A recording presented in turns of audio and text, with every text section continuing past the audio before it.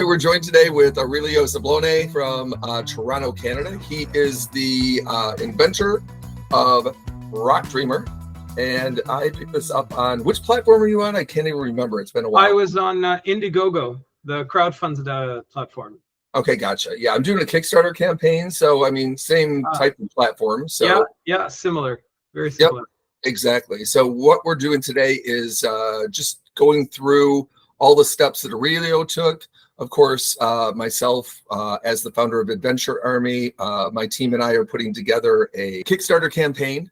Adventure Army is a nonprofit for dogs. We are covering spaying, neutering, end-of-life services, all vaccinations, all 4 vaccinations for the year, as well as preventative medications such as flea, tick, and parasite control. So that is what we're doing.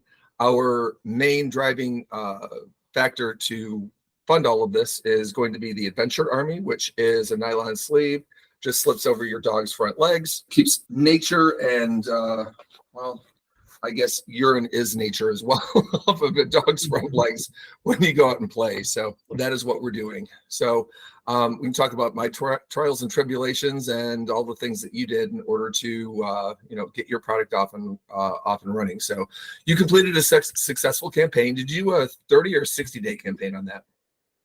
30-day campaign.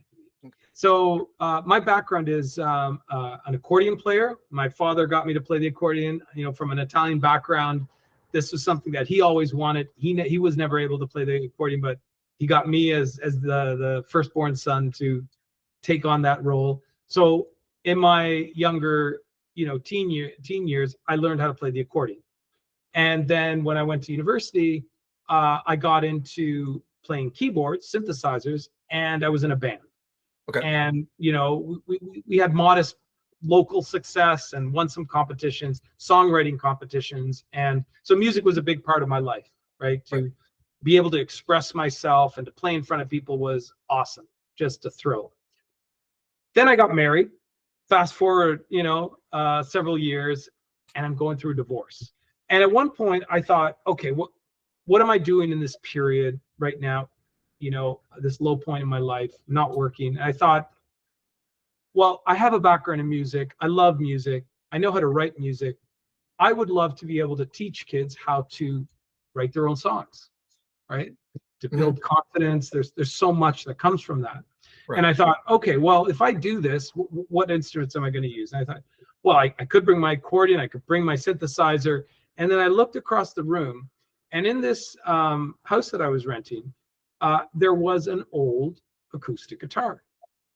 And I looked at it and I thought, man, I'd love to be able to bring the guitar and use that, but I don't know how to play the guitar. And I thought, I looked at my accordion and I thought, you know what? On the accordion, it has a left hand where there's buttons, and on the right hand, there's regular keys, right? Usually, according to there's different types, but mine had like regular white and black keys. But on the left hand, there was buttons. And when you push a button on the accordion on the left hand, it actually makes a chord. One button produces a chord. And I thought, wouldn't it be great if there was a device where you could put on the guitar, you push a button, it makes the chord for you. And then all you have to do is strum. And that was my light bulb moment. That was the idea. And for some reason, I just felt, wow, that's so cool. I want to do it. Never had done a product before in my life, had no clue how to start. But again, I was at that point in my life where, I thought, look, anything goes. Anything is possible. Let's try it out. And so I started on this long journey to try to figure out how to do that. So I've been working on the RockDreamer Guitar Bar, guitar chord press device for over 10 years. I didn't know where to start when I first had the idea of the chord press, but went through a lot of trials and tribulations trying to figure out who could help me out. Spent a lot of money on people who tried to help me out, designers, engineers that couldn't. And then I reached a point where I said, I'm not going to go to another engineer until I can actually construct a prototype myself.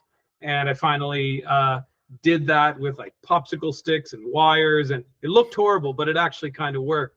And then when I had something that I knew that kind of worked, then I went and found an engineering firm that could help me out. And I knew they were the right one for me because, one, they were called Gibson Product Design. So no relation to the guitar company, but Right. you know, good karma. They had the right name.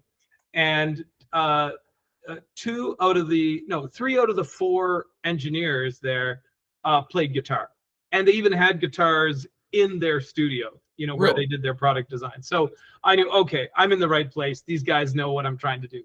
Anyways, finally got it developed. And when the final design happened, then I had to figure out, well, who's going to produce it, right, at a reasonable cost, because during the whole development process, there was a lot of prototypes going on. Sometimes for the crude ones, the engineer company that I was with, they would just do a 3D print of it. They had a 3D print machine in their shop. Excuse me. So they would do that to test out concepts. But when it came down to, hey, now we really need to see if everything is going to work, then we kind of contracted that out to a company in China, and they did samples for us and prototypes. But the cost was kind of high. And then I went and searched a whole bunch. Like when it came time that, okay, now I've got to find a manufacturer for the first production run, I had to go and just did a whole bunch of Googling, sent out a whole bunch of emails, and, you know, basically just doing searches for which manufacturing company, you know, could do it, know what they're doing, and all this kind of business. And I finally found one. Again, a bit of a synchronicity. They're called Maple Sourcing in China, and maple, you know, being with the maple leaf on the Canadian flag, Right. kind of was a nice synchronicity there. No relationship to Canada, by the way. There's no connection to Canada.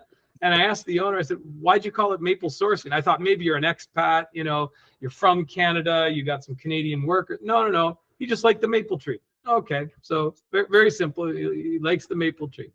Anyways, they're kind of like they were a sourcing agent. So they don't do the manufacturing themselves, but they go and talk to a whole bunch of different companies, and, you know, they know the customs, the language especially, so you don't have to go deal with people who don't understand English very well, right? This company that I found, they actually, I've actually dealt with 3 people from the company. Every one of them were great, right? They had a bit of a turnover. I worked with one person for about 6 months, then another person for about, 4 or 5 months, and then the last person I've been working with over a year. And they're all excellent. I really have to say that they're great. Their English is great. Everything is done through texting. I used WeChat, which is a Chinese app. Takes a little bit of a hassle to actually get enrolled in that. You need somebody in China to help you, connect, and they got to give you a code, and it's a bit of a hassle. You got to arrange that. Or they can also use WhatsApp, which is pretty cool. Technically, they're not allowed to use, they're not supposed to use WhatsApp, but many people, because it's blocked by China, but what many people do there is they simply have a VPN, and then they hop on WhatsApp and they're good to go. So that's all prelude to, okay, what about the crowdfund? Because now that I found the who is going to actually produce the product, now I need to actually get the funds to do the first production run. And I, again, doing a lot of searching online, and I found a company called Launch Boom. Okay. They're based out of, I think it is San Diego, I believe, in California, but they're kind of scattered as well. The founder is down in South America someplace, and a couple other people are in different places, but they're actually a really good company. They specialize in crowdfunding. I'll basically run through their multi-step process. So in the pre-campaign, when you're collecting prospects, contacts, basically people, you want to create a big collection of email addresses of people who are interested, so that when you're ready to launch, you're going to have this quote unquote launch boom. You've got this group of people who are already interested, who are already excited to purchase, and then when you flick the switch, you want those orders come in fast, like on the first day. Right. And what LaunchBoom, their process dictates is that they want to qualify the buyer, and the best way to qualify the buyer is to get them to put $1 deposit down, right? Right. So basically, they have like a 2 or 3 page landing page. The first page on your landing page basically just talks about your product and, you know, shows images and basically tries to sell it. And then at the bottom of it, it just said, or actually there's 2 places. On the very first page, as soon as you'll see the product when you come to the landing page, and there'll be a spot where it says, hey, to reserve your discount or whatever when we launch, put in your email address. So you're basically asking for an email address. Right. And then after they give you the email address on the next page, you say, hey, thanks for the email address. And by the way, if you want to reserve a 30%, 40%, some sizable discount, then put down a $1 deposit and you become like a VIP. They want you to get a whole bunch of qualified leads, right? And how do you do that? You got to advertise. And they primarily say you got to do Facebook advertising. Now, when you go and advertise on Facebook, it also shows up on Instagram. Right. And the big part of working with them is figuring out how you're going to advertise. How do you do the whole process? How do you get set up with Meta? And to me, I did find it confusing.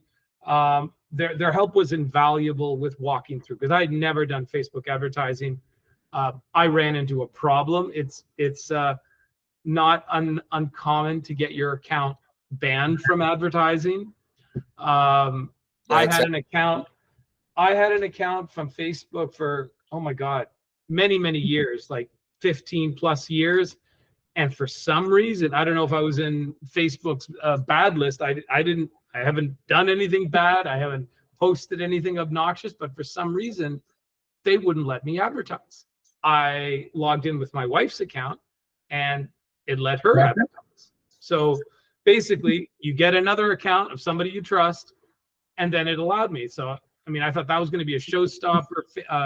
LaunchBoom has connections into Facebook. They have their own account manager, and they tried so many times to get it unblocked unsuccessfully. It's not uncommon. Like even professionals who have a spotless record, they sometimes just get banned. Sometimes it's an over-eager AI bot that for some bizarre reason is flagging something that they shouldn't, and they ban them.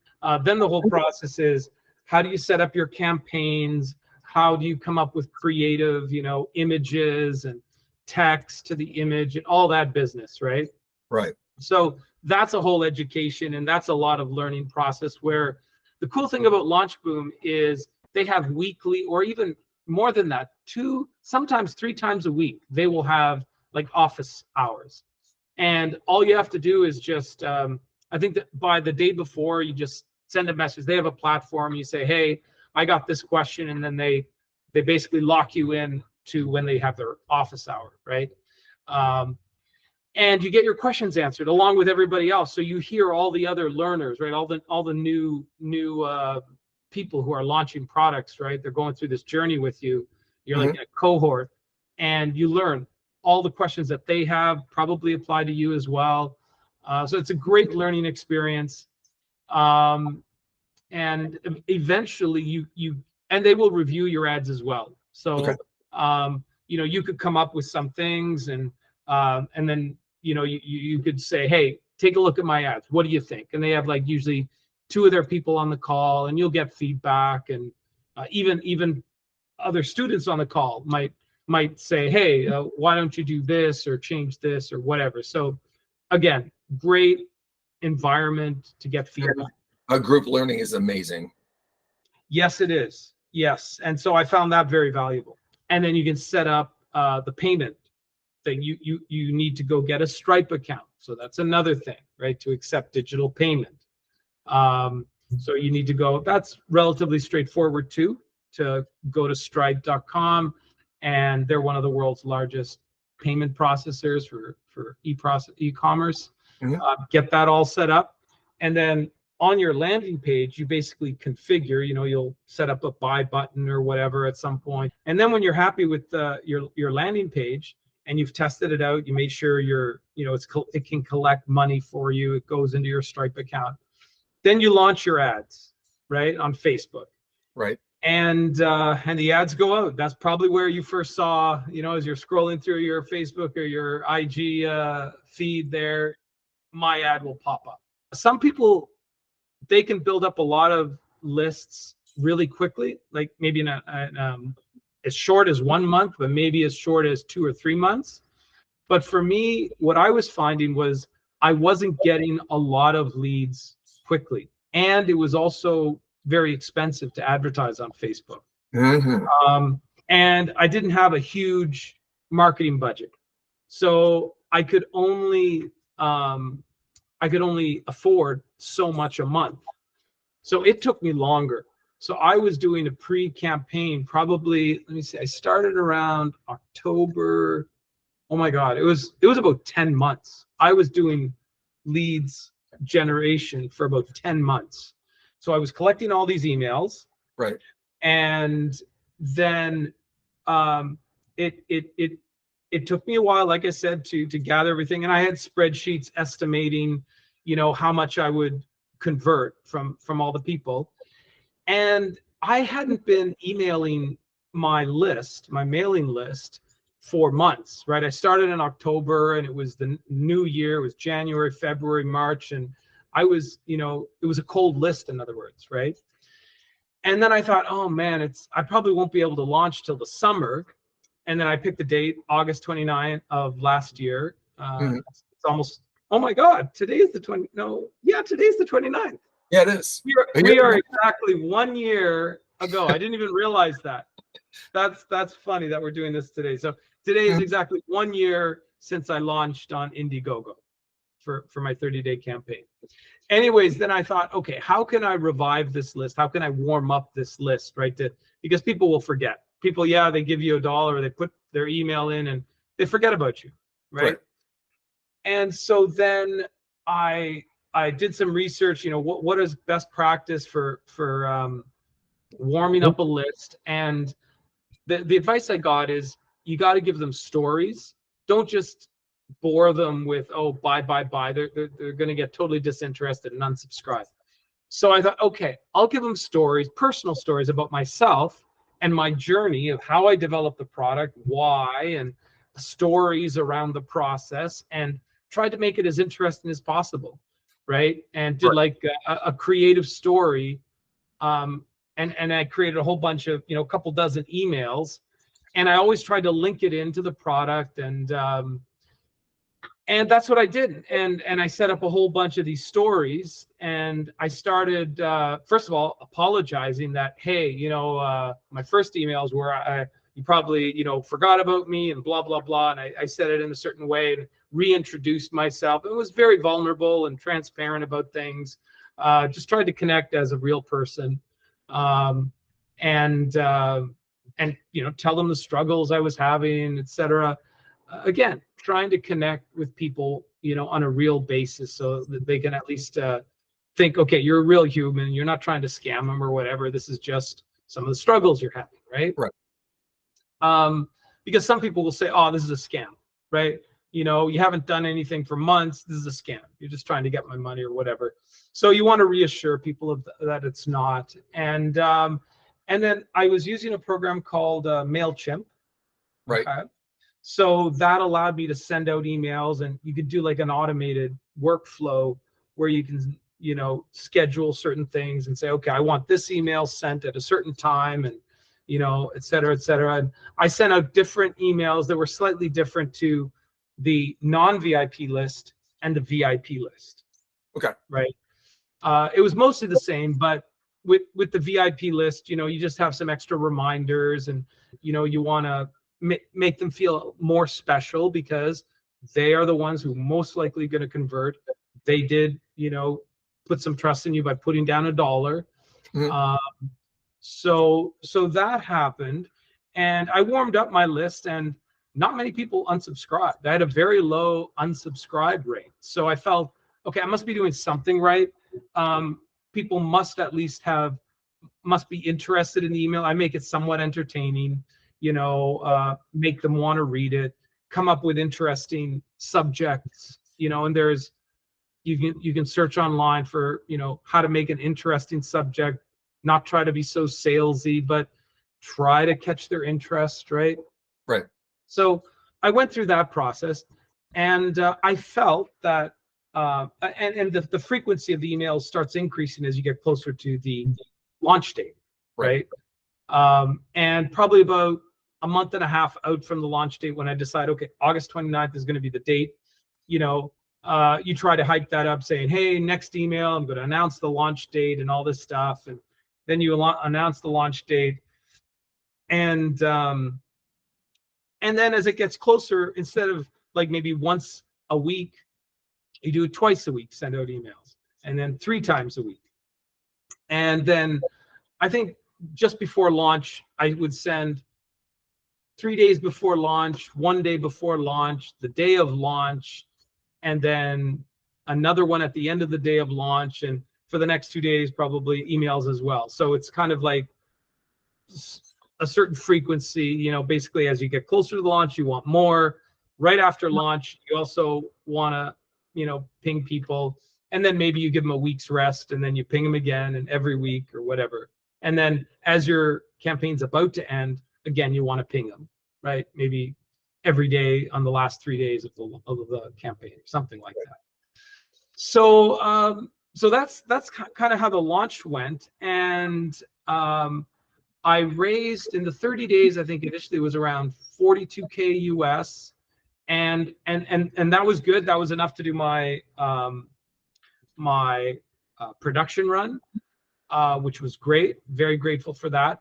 And then with Indiegogo, it can automatically transition into what's called in demand.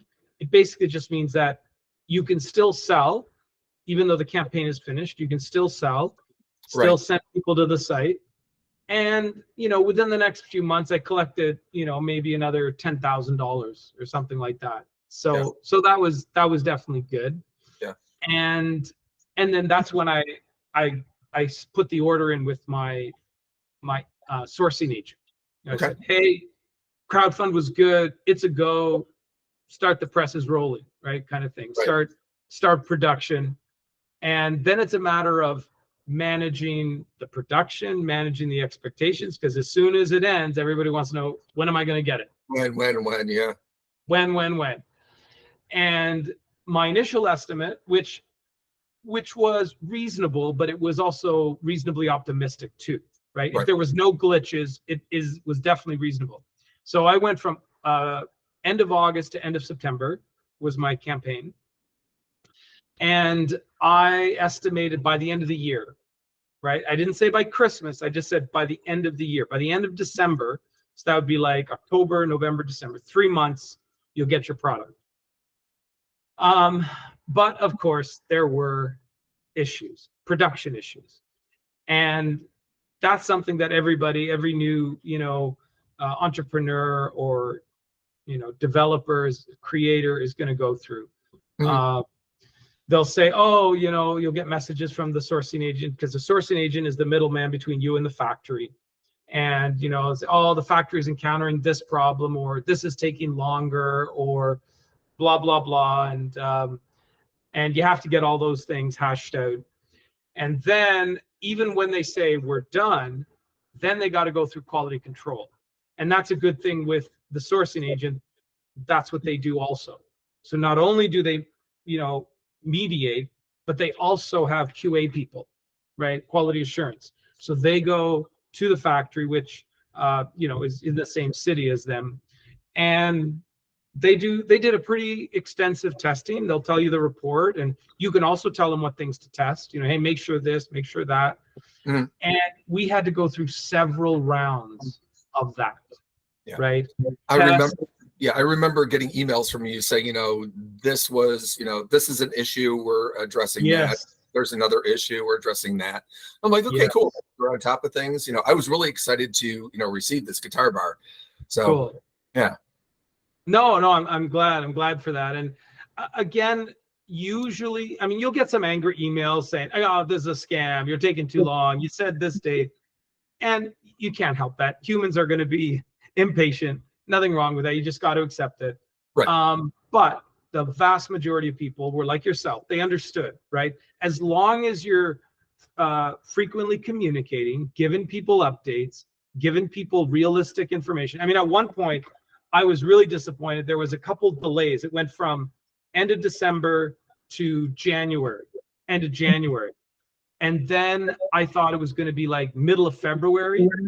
And then I get the news that, oh no, they're taking their Chinese New Year off. And I knew about Chinese New Year, Right. but I thought it was only, when I had researched it, I was told it's officially only a week. Right. Okay, not a big deal. This factory was taking almost 4 weeks off. Wow. 4 weeks. And I thought, holy shit, 4 weeks? That's quite a holiday, you know? Because they have their New Year, and then they also have additional festivals kind of immediately afterwards, and people kind of take advantage, and companies, they work their workers hard, but I guess this is like their makeup. Okay, you work hard the whole year, now you get a nice extended break. It's something like that. Mhm. But still, I was really disappointed. It's like, whoa, wait, I was expecting a week, maybe a week and a half. You're telling me 4 weeks we're going to be delayed. So that was a tough one. And again, I had to communicate. As soon as I realized that, I had to communicate that to all my backers. And I even made snapshots of the conversation, the chats that I was having with my sourcing agent, right, and Maple Sourcing, to try to prove to my backers, look, I'm not bullshitting here. This is exactly what they told me, right? This is what they told me. You can read my shock, you know, my disappointment. I'm disappointed just like you guys are disappointed. So I even did that to try to be totally transparent that, hey, I was not expecting this. I did not think it would take this long. Anyways, eventually, when they came back, they completed the testing process. And finally, after about 4 or 5 rounds in total, it passed, right? And then they shipped. So the deal that I had with the factory was basically they're not going to ship anything. It's we'll manufacture it. And now you got to make your own arrangements to come and get it at the factory, right? It's all here. Come and get it. We'll pack it up, but that's it. So with Indiegogo and even with LaunchBoom, they had a relationship with a shipping company called Easy Ship. Okay. And they're an American-based company, but they have connections and warehouses around the world, and they specialize in shipping product for crowdfunders. And initially, I met with them. They sounded good. They had a pretty good computer system, and I thought, okay, great, I will use them. They also have a facility where you can use their system to email all your backers, because these are some of the problems you have. Is like, okay, I got their initial money, but now you've got to contact them all again to get the shipping payment, right? When you finally decide what it's going to be. And I thought that, okay, Easy Ship, they're being promoted by LaunchBoom and Indiegogo, just go with them. But then I realized that it was going to be fairly expensive, in my opinion, right? Okay. To ship to the US, they were charging, I think it was $30 US for my product. It was quite high. Yeah. And I thought, oh my God, I don't feel comfortable asking my backers for that kind of money just to shipping, right? Even though it's always going to be more than Amazon, because Amazon is, you know, huge, but still $30, that's too much. And they couldn't go down any lower. And so I said, look, I got to look elsewhere. And so I started searching for another shipping company. I looked for a lot of different options. Finally, I'm very grateful and happy to announce I found another company that did much better rates, and they're called Next Smart Ship, and they are excellent. They have an even better order management system than Easy Ship. They will tell you, like, when you go to ship, you can pick various options. You can pick duty paid, which I did, so that's less hassle for, excuse me, the backer. So they don't have to pay customs and duties and taxes and all that stuff. It's prepaid, right? Now, yes, they're kind of paying for it and part of their payment, but at least it's less of a hassle. It's like they give you one payment and then you take care of everything else. It arrives at their door. And their help is amazing. I have to say, like, even though they're based in Shenzhen, which is the South China there, right across from Taiwan, basically the strait there. And I could get on a phone conversation with one of their guys, Alex, great guy. I could set up a request to chat with him. And the next day we could schedule a meeting and we would do chat, Google chats like this, video calls. And he was excellent. Like, I had a whole bunch of questions. How does this all work? He answered everything. Like, he was just really great. Gave me confidence that, hey, I can trust this company. I mean, spending all this money, tens of thousands of dollars on all this inventory, and it's going to be in their hands, basically, right?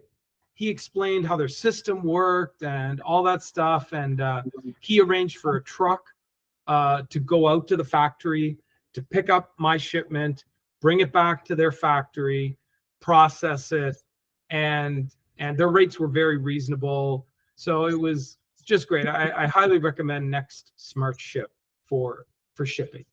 Right? Gotcha. And they can ship all around the world. And you can set it up yourself. And the way I do it is I just do a spreadsheet.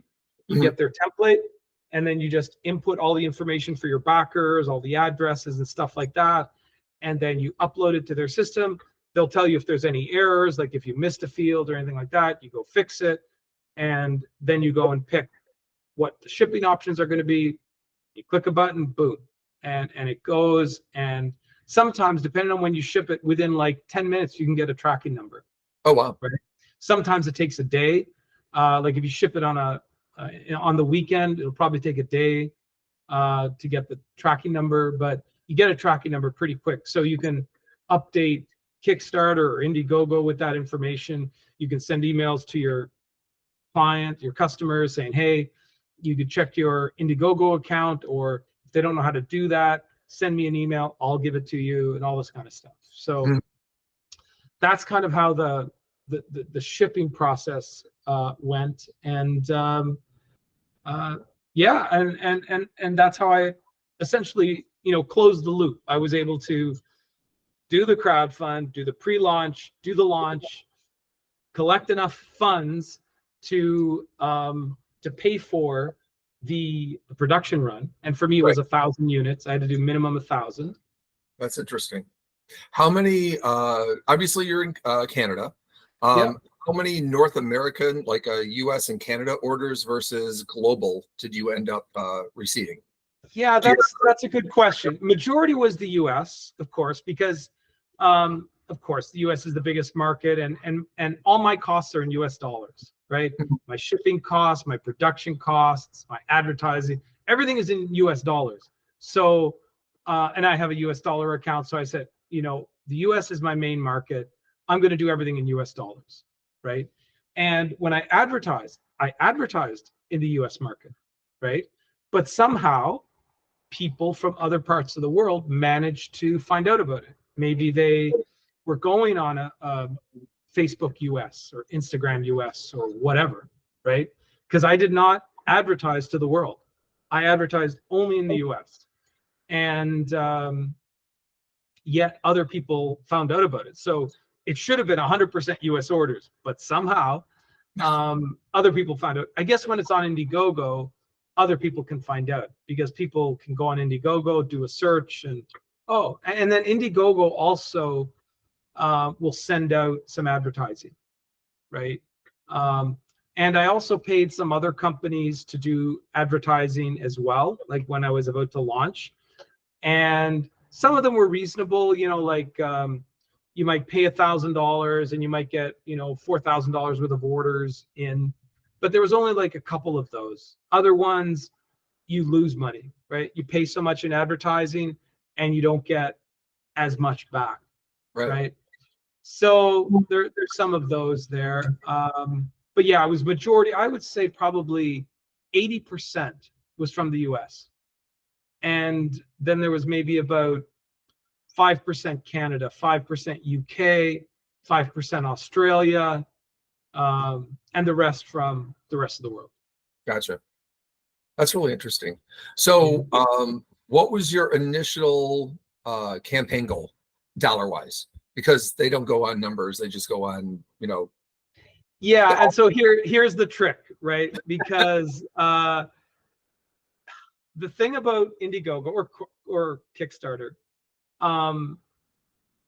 they will rank you higher in their own algorithm if you meet your goal quickly. Right. Okay. So, and LaunchBoom talks to you all about this. They say, look, there's an internal goal and there's an external goal. So externally, what you show the world has to be very low. Oh. You've got to set a very low bar so that you can meet it very quickly. Okay. Right. And so Indiegogo will say, hey, this got funded in 1 hour, 5 minutes, whatever. Right. Mm-hmm. So it is artificially low. And it's kind of a trick because really, if you just met that initial goal, you wouldn't have enough for a production run, right? So I had an internal goal. My internal goal was 35, 40K or more, right? That would allow me to at least pay for the production run. It wouldn't cover all my Facebook advertising, which cost another $12,000 or whatever, right? Mm-hmm.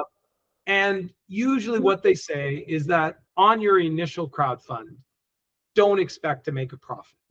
That's just the hard facts of the business.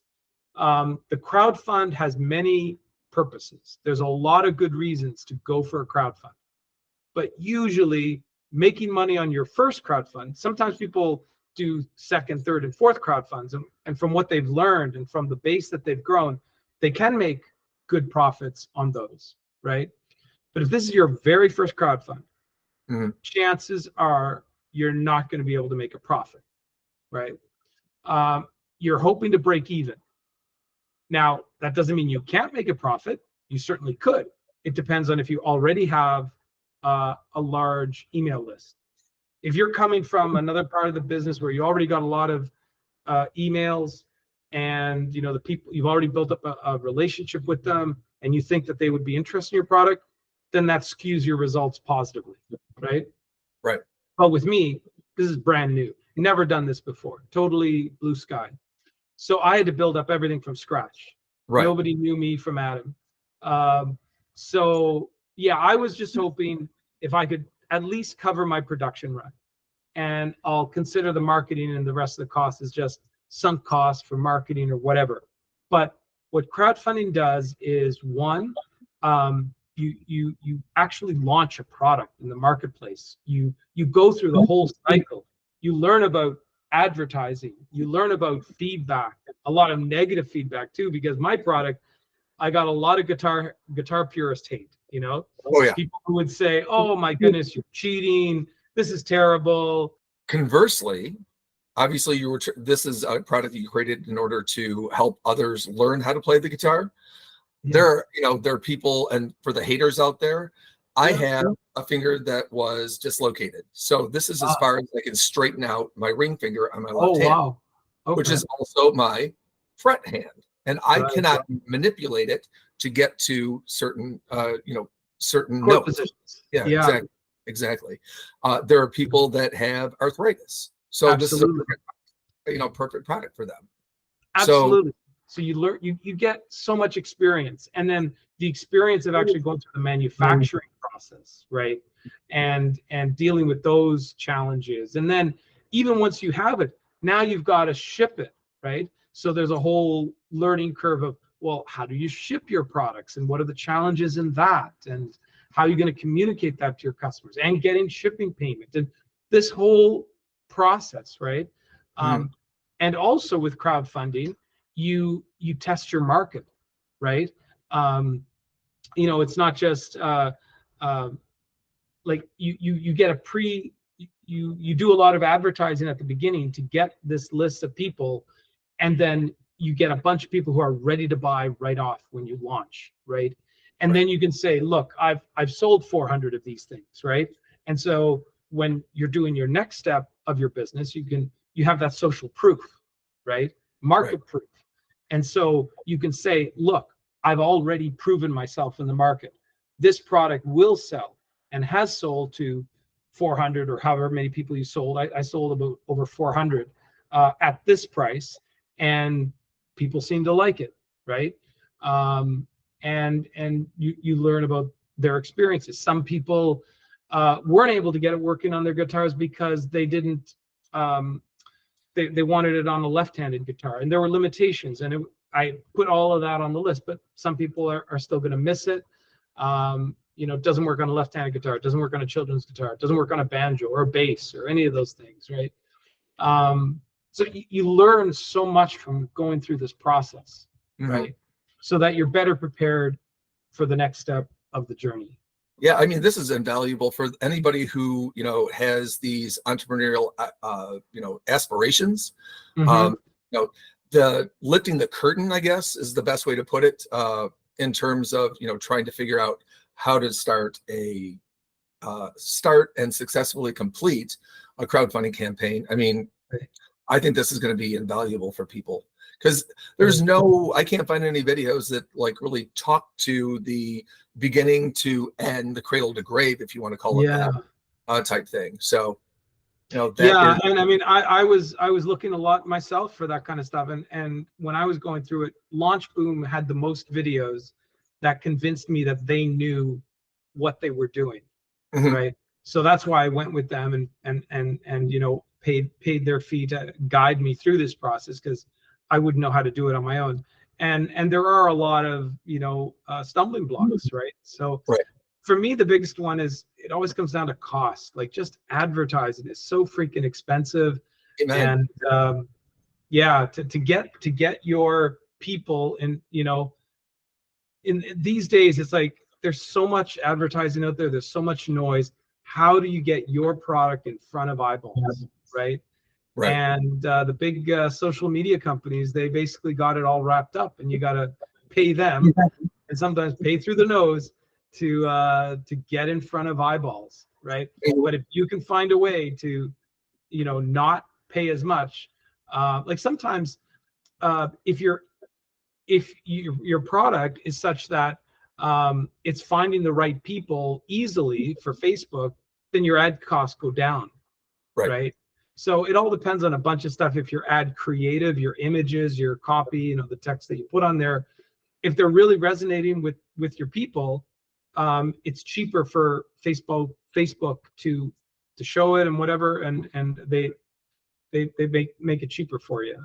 So yeah, I mean, for me, it's pretty easy. I'm looking for, you know, anybody in the United States, because I'm strictly you know, shipping to the United States right now, just to get that initial order in, and not have to worry about, you know, all of the other hassles of, you know, like you were talking about, trying to get it to different countries. But, you know, it's going to be dog owners. So, you know, that's pretty simple. How do you figure out, you know, who you're going to market to? Because, you know, there's nothing really, I think, on Facebook that will say, you know, here's a guitar player. You know what I mean? Well, you're right. And here's the other thing that's happening with Facebook is it's becoming all automatic. They're letting their AI do stuff. It's called Advantage Plus. And essentially what that is in the older days, I guess, you would pick your categories. Like, I want people who are interested in guitars, or, you know, liked guitar stores or that kind of stuff, right? But now what the growing wisdom is let Facebook take care of all of it. You don't have to do any of that stuff. Just say, here's my ad, and focus on the best ad, image, and creative that you can come up with, right? The most compelling ad, and then throw it to Facebook, and they will figure it out themselves, right? They will do some internal testing, and they'll zoom in on the people who are interested in your product, and you don't even have to think about it, right? And it's usually fairly accurate, and it's lower cost too, right? So that is the growing trend. That started when I started doing my stuff, and I did find that the best, the cheapest rate and the best response was from the Advantage Plus campaign. So that's just another, kind of tip, is I would look at that. So you don't have to think too much about who am I going to sell it to. Just make the best ad you can, that if it was in front of your ideal customer, they would love it. And then just give it to Facebook, and Facebook will find those people. That was the same thing with the Adventure Army that I created. It was, for me, long story short, first male dog I ever had since I was 3. Obviously, I don't remember much about the male dog except for, I know they lift their leg when they pee. I didn't realize that when they lift their leg when they pee, if they have a really strong strain, they nail the back of their legs. So that's not a good thing, especially when you have a dog with a white leg. Okay. Wow. Yeah, you're throwing a bad stain. Yeah, exactly. I nicknamed that YLS, yellow leg syndrome. Oh my goodness. That's funny. Yeah, so I had a friend of mine that I've known since I was 3. She's a seamstress. She created this product for me. And I was like, okay, this is great. Sat on it for a couple of years, moved down to Florida from Michigan, where I spent the pandemic. Down in Florida, we have a lot of burrs. We have a lot of nettles, which embed themselves into fur. Green little flat tags and stuff. Yeah.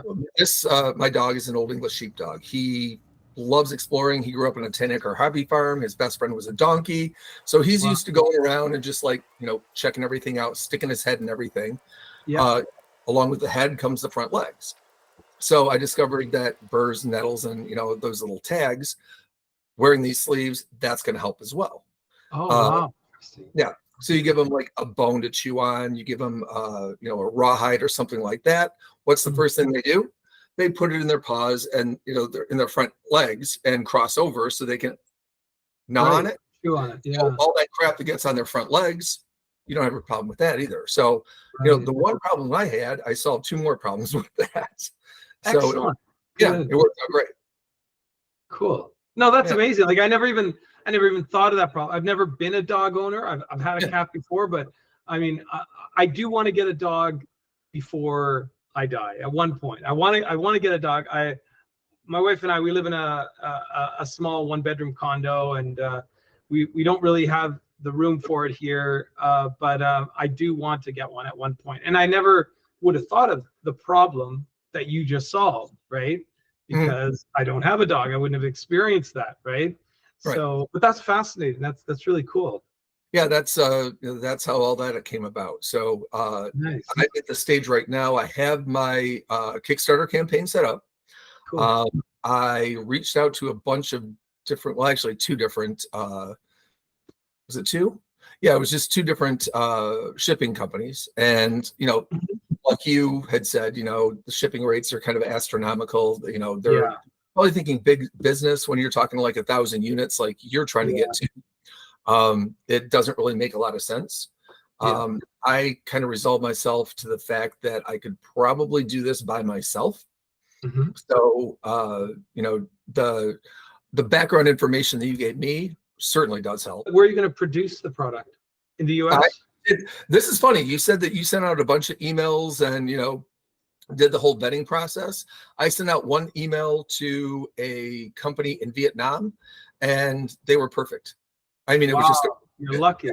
Yeah, exactly. So I don't know how I managed that, but God was smiling on me. That's the only thing I can think of. Excellent. No, that's great. And I hear Vietnam does have good textile industry there. So yeah, good for you. Yeah, and the people that I have spoken with in regards to that, they're like, "Oh yeah, you couldn't have picked a better location to get textiles done." And I'm like, "Yeah, thank you. That was validation that everything is going to be I made the right quality." So yeah, yep, exactly. Excellent. That's good. All right, so I do remember where I found the guitar bar. I know that I was not on Facebook, any Meta products or anything like that when it did launch. I know that my friend Katie, coworker slash friend slash sister type, she probably sent that to me, and I was like, okay, this is perfect. Oh, she found it. She saw it first and forwarded it to you. Nice. Yep, Nice. exactly, Cool. exactly. So Cool. pick this up, which is great. Unboxing it right now.